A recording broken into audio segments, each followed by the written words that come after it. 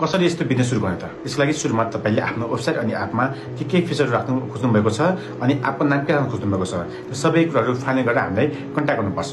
त्यसपछि हामी त्यो किसिमको फिचरलाई कसरी अनि के गरेर राख्ने भनेर तपाईलाई डिटेलमा दिनेछौँ विथ कस्ट।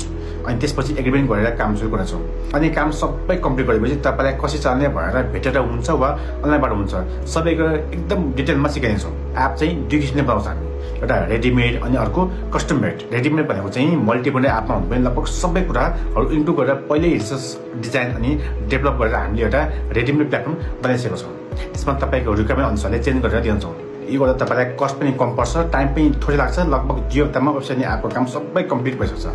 तर यसमा केही लिमिटेसन पनि हुन्छ। रेडिमेड भएकोले गर्दा धेरै चेन्जहरू गर्न मिलेन। तपाईँको रिक्वायरमेन्टहरू के छ एकचोटि त्यो दिनु होला। अनि त्यो चेन्ज गर्न मिल्छ मिल्दैन हामी हेरेर तपाईँलाई इन्फर्म गर्छौँ। अर्को भनेको स्क्रैचदेखि अर्थात् एकदम सुरुदेखि बनाउने। यो भनेको तपाईँको लागि भनेर एकदम सुरुदेखि काम गर्छौँ।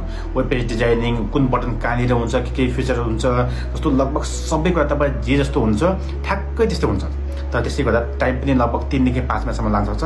अनि कस्ट पनि त्यो अनुसार लगभग 5 लाख 8 लाख भन्दा पनि अझै धेरै पर्न जान्छ। त्यसैले यदि तपाईँसँग बजेट पनि छ, टाइम पनि छ भने एकदम सुरुदेखि गर्दा ठिक हो।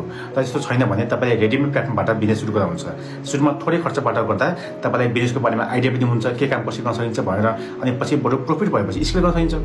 बरु सुरुमै धेरै पैसा वेबसाइट अनि एप बनाउनमा खर्च गर्नुभन्दा अब सुरुमा रेडिमेडबाट सुरु गर्ने, बाँकी पैसाले मार्केटिङ गर्ने अनि प्रमोसन गर्ने सल्लाह म तपाईँ दिन्छु।